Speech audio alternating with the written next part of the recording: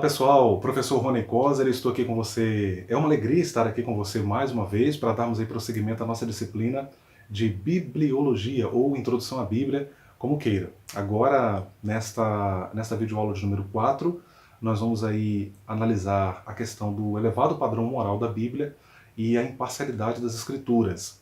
Eu coloco na tela para você aí um verso, na verdade, ou alguns versos, perdão, do Salmo de número 33, só para lembrar aí, pessoal, eu sei que é algo muito elementar, muito básico, mas nós estamos num curso básico de teologia e isso é importante que se fale.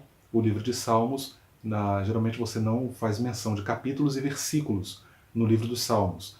Por ser um livro que contém cânticos, nós nos referimos a ele como Salmo de número tal, verso tal. A gente está falando de música, então se fala em versos, né? Na poesia hebraica também não é diferente este detalhe. No Salmo 33, versos 1 a 6, nós podemos ler: Cantem de alegria ao Senhor, vocês que são justos. Aos que são retos, fica bem louvá-lo. Louvem o Senhor com harpa, ofereçam-lhe música com lira de 10 cordas, cantem-lhe uma nova canção, toquem com habilidade ao aclamá-lo, pois a palavra do Senhor é verdadeira. Ele é fiel em tudo que faz. Ele ama a justiça e a retidão. A terra está cheia da bondade do Senhor. Mediante a palavra do Senhor foram feitos os céus e os corpos celestes pelo sopro da sua boca. Repare neste salmo que você tem um clamor, você tem uma alusão ao fato de que o salmista está convidando a que se louve ao Senhor com alegria, que se cante ao Senhor com alegria, e neste texto ele vai falar sobre, ele faz menção àqueles que são retos, e ele diz que para eles fica bem o louvor. A questão da retidão, a questão da integridade moral, é um assunto que permeia todas as Sagradas Escrituras. Não é exclusividade do Novo Testamento e não só das epístolas. Este é um assunto que permeia toda a Bíblia Sagrada e você tem isso em abundância no Antigo Testamento, inclusive no livro dos Salmos, que nós estamos usando aqui. Inegavelmente, a Bíblia Sagrada, recebida como palavra de Deus pelas diversas igrejas, denominações, comunidades eclesiais, ela tem sido de fato um manual, um guia para orientar as pessoas no que diz respeito à sua conduta, à sua ética, à sua maneira de agir e reagir no mundo.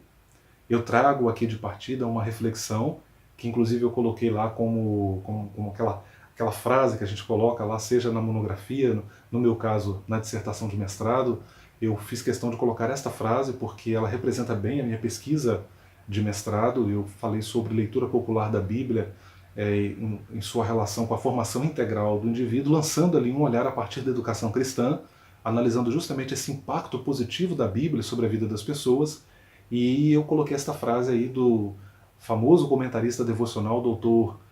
F.B. Meyer. Ele diz que o melhor argumento em favor da Bíblia é o caráter que ela forma. Acredito que o melhor presente que nós podemos dar para os nossos filhos é a Bíblia Sagrada, mas não apenas entregar o livro, mas de fato levar nossos filhos a amar este livro, entendê-lo, estudá-lo e fazer dele aquele livro que não é aquele livro que fica perdido na estante, né? Como vocês podem ver aí, eu tenho alguns aqui na minha casa, mas a Bíblia é para mim um livro sempre à mão. Eu trago aqui uma narrativa muito interessante que eu ouvi há muitos anos atrás e quero compartilhar com você. O pastor Terry Johnson conta que certa vez foi calculado que 19 em cada 20 crentes se converteram antes de chegarem aos 25 anos de idade. Depois de 25 anos, 1 em cada 10 mil crentes. Depois de 35, 1 em cada 50 mil. Repare como a proporção vai... o espaçamento é muito grande. Depois de 45 anos, apenas 1 em 200 mil. Depois de 55, apenas 1 em 300 mil. Depois de 65 anos, apenas 1 em 500 mil. E depois de 75 anos, apenas 1 em 700 mil. Como podemos ver nesses dados, o ensino da palavra de Deus, quando é dado à pessoa desde a sua primeira infância, desde a sua meninice, por assim dizer, para usar uma linguagem bíblica aqui, a possibilidade dessa pessoa trilhar os caminhos do Evangelho é muito maior, porque ela já vai sendo formada com a leitura da palavra de Deus. Isso é uma forma, digamos assim, concreta de mostrar o impacto positivo da formação cristã na vida da pessoa. A gente não encontra na Bíblia esta palavra moral, todavia o princípio que é inerente a ela está presente em toda a Sagrada Escritura. E você tem autores, inclusive, Eu várias vezes já pude ministrar a disciplina de ética cristã, e a gente sempre fala isso, né? O assunto ética, que diz, e a ética é a ciência da conduta humana, está presente em toda a Bíblia, você tem isso em todas as Escrituras. Então, embora você não encontre essa palavra moral, o princípio inerente a ela está presente em toda a Sagrada Escritura.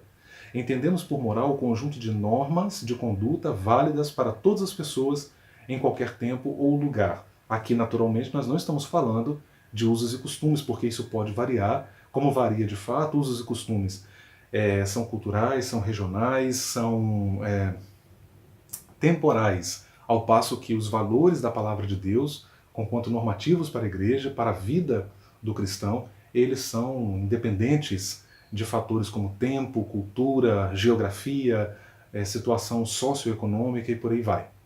Deus é um ser ético e toda a Bíblia se constitui na revelação dele à humanidade.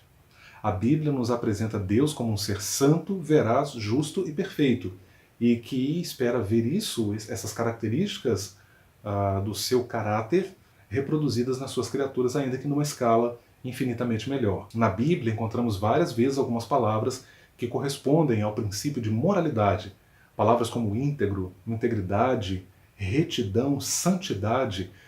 Tens visto meu servo Jó, homem justo, íntegro, reto, temente a Deus e que se desvia do mal. Que currículo, hein?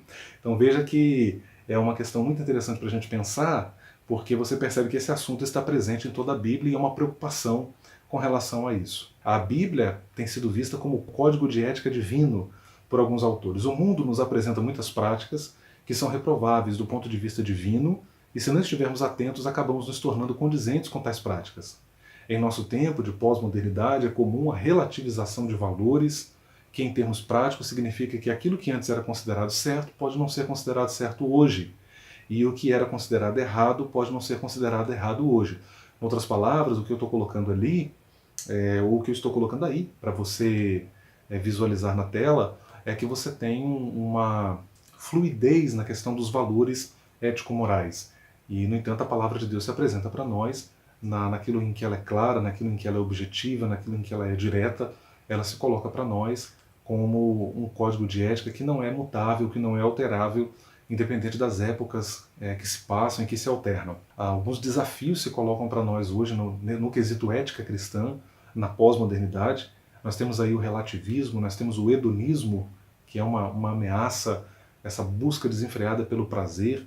O pluralismo, de certo modo, ele representa também um desafio na medida em que ele se torna intolerante às convicções, a fundamentos importantes. O secularismo, a fragmentação das relações humanas, tudo isso contribui para o afrouxamento da ética, para a desestruturação, inclusive social, uma vez que essa perca de valores, essa relativização de valores, ela traz sérios prejuízos à convivência coletiva. A Igreja do Senhor, no entanto, serve à Bíblia, não o contrário. Ou seja, não é a Bíblia que serve à Igreja. Devemos nós, como servos de Deus, Igreja do Senhor Jesus, seguirmos com diligência os preceitos da Palavra de Deus. A Bíblia alerta-nos, como Igreja de Cristo, para que vos torneis irrepreensíveis e sinceros, filhos de Deus inculpáveis, no meio de uma geração pervertida e corrupta, na qual resplandeceis como luzeiros no mundo, preservando a palavra da vida. É a nossa oração, no sentido de que Deus nos ajude a vivermos cada vez mais o compromisso com o Evangelho, o compromisso com a palavra, o compromisso com Deus. Ter compromisso com a palavra é ter compromisso com Deus. É assim que nós entendemos.